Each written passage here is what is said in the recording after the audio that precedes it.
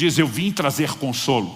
E ao longo do Evangelho nós vemos declarações claras de Jesus. Em Mateus 5,4 ele diz: bem-aventurados os que choram, porque serão consolados. Se você olhar só o prisma da declaração de Mateus, sem considerar de Lucas, e elas não são contraditórias, não são divergentes, são complementares. Se você olhar só Mateus, pode parecer: eu vim consolar os que choram, significa que consolo seria só parar de chorar.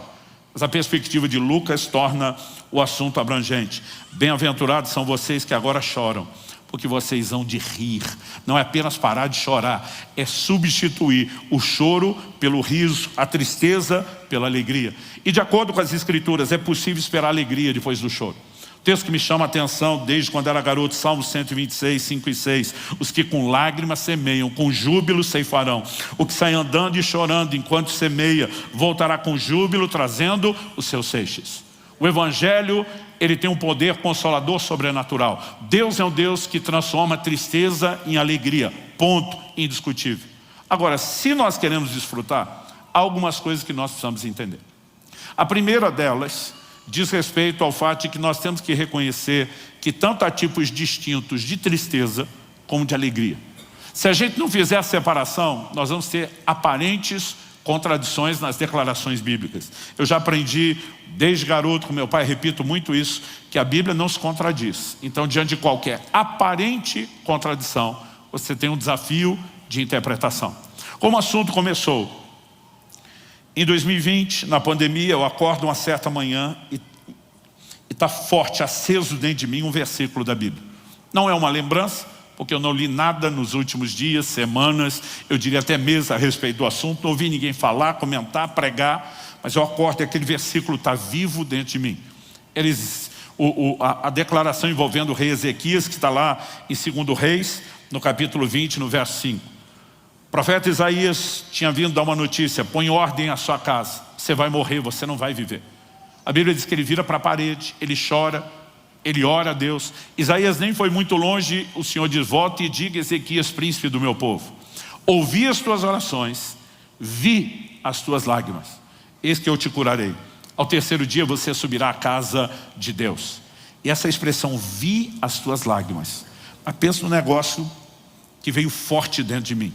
Eu dizia: Deus não apenas ouve as orações, Ele vê as lágrimas, Ele não é indiferente a elas. E é por isso que eu comecei com o Salmo de Davi: contaste os meus passos quando eu sofri perseguições, o Senhor não está alheio a nada disso. Recolheste minhas lágrimas no teu odre, elas estão todas no seu livro, nada passa desapercebido. Mas o Senhor não apenas assiste indiferente, o Senhor realmente está prestando atenção, disposto a fazer algo. E aquele negócio, vi as tuas lágrimas, mas assim, me deu um surto de fé, enlouqueci. Eu dizia: nosso choro chama a atenção de Deus, Ele não está indiferente à nossa dor. Aquilo dentro de mim ferveu o dia inteiro, eu estava empolgadíssimo. Mas no dia seguinte eu acordei com outro versículo, que parecia antagônico, contrário até. Qual era o versículo? Malaquias 2,13.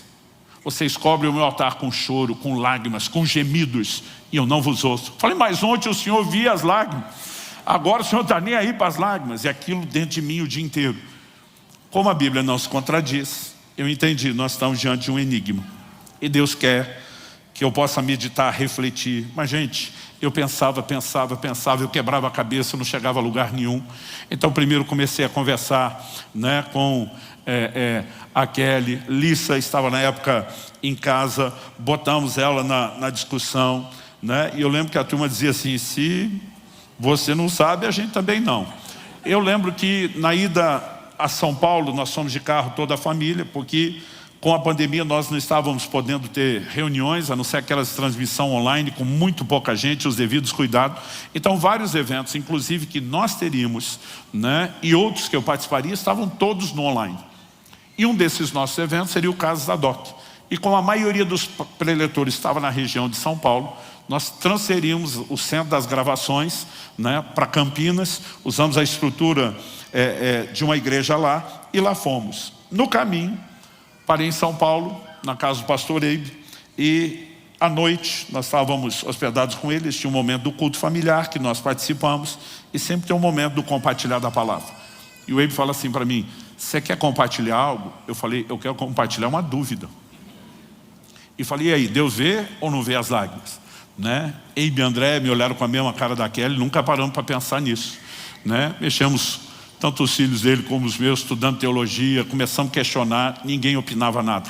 Ao longo da próxima semana, em vários eventos, todos os pregadores que eu encontrava diziam, aí, a turma dizia, nunca parei para pensar nisso, né? E aquela angústia, eu falei, Deus, eu não vou chegar lá sozinho, eu preciso de ajuda. Eu ficava orando, uma característica que eu tenho, que eu chamo, né, de persistência, minha mulher às vezes chama de teimosia, mas eu dificilmente desisto de alguma coisa, e eu fiquei orando. A gente já estava voltando, tinha passado mais de uma semana, eu diria que talvez em torno de 10 dias, e eu lembro que num momento específico, vindo pela 116 de São Paulo, mais ou menos na altura de entrar no estado do Paraná, que é o último 1/4 da viagem, eu pergunto para Kelly, será que você pode assumir o volante e dirigir? Ela, surpresa, olha, descansou, sou desses fominha para dirigir.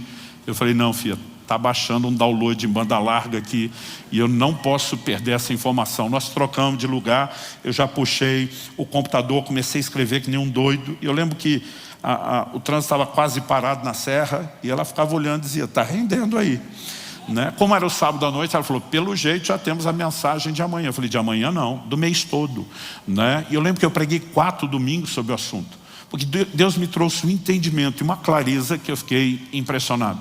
Ele não apenas me dirigiu a pregar aqueles 4 domingos, ele me dirigiu a escrever a respeito do assunto, porque de repente, né, a perspectiva foi abrindo, e o Senhor falou comigo, se você não entender que há tipos de choro, de tristeza, e tipos distintos de alegria, você não vai a lugar nenhum.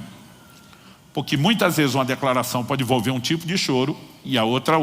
Uma declaração pode envolver um tipo de alegria e a outra. Exemplo de tipos de alegria. Paulo escreve aos Coríntios e diz, a tristeza do mundo produz morte, mas a tristeza, segundo Deus, produz arrependimento. Não dá para dizer que é tudo igual. Uma produz um efeito e um resultado e a outra outro completamente diferente. Em João 15:11, Jesus diz, para que a minha alegria esteja em vós e a vossa alegria seja completa. Ele está dizendo, a minha é uma, a de vocês é outra. A de vocês sem a minha nunca vai ser completa.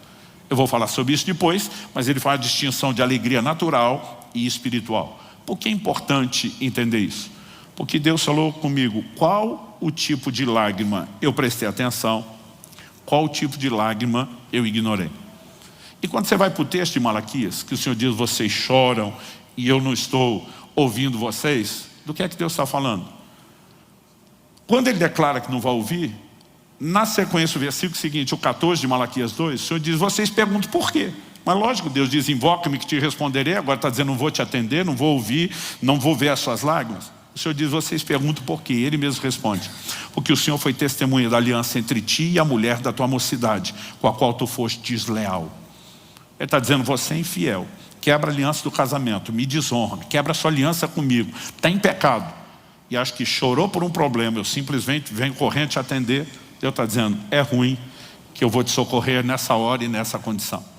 O tipo de choro é completamente diferente, né? O choro que Deus ignora, ele tem muito mais a ver com lágrimas derramadas por uma circunstância e não pelo pecado. É o que a gente chama do choro de remorso e não de arrependimento. Um exemplo disso, Esaú. Gênesis 27:38 diz que depois que Esaú toma conhecimento que o pai havia abençoado Jacó e não ele, a Bíblia diz, levantando Esaú a voz, chorou.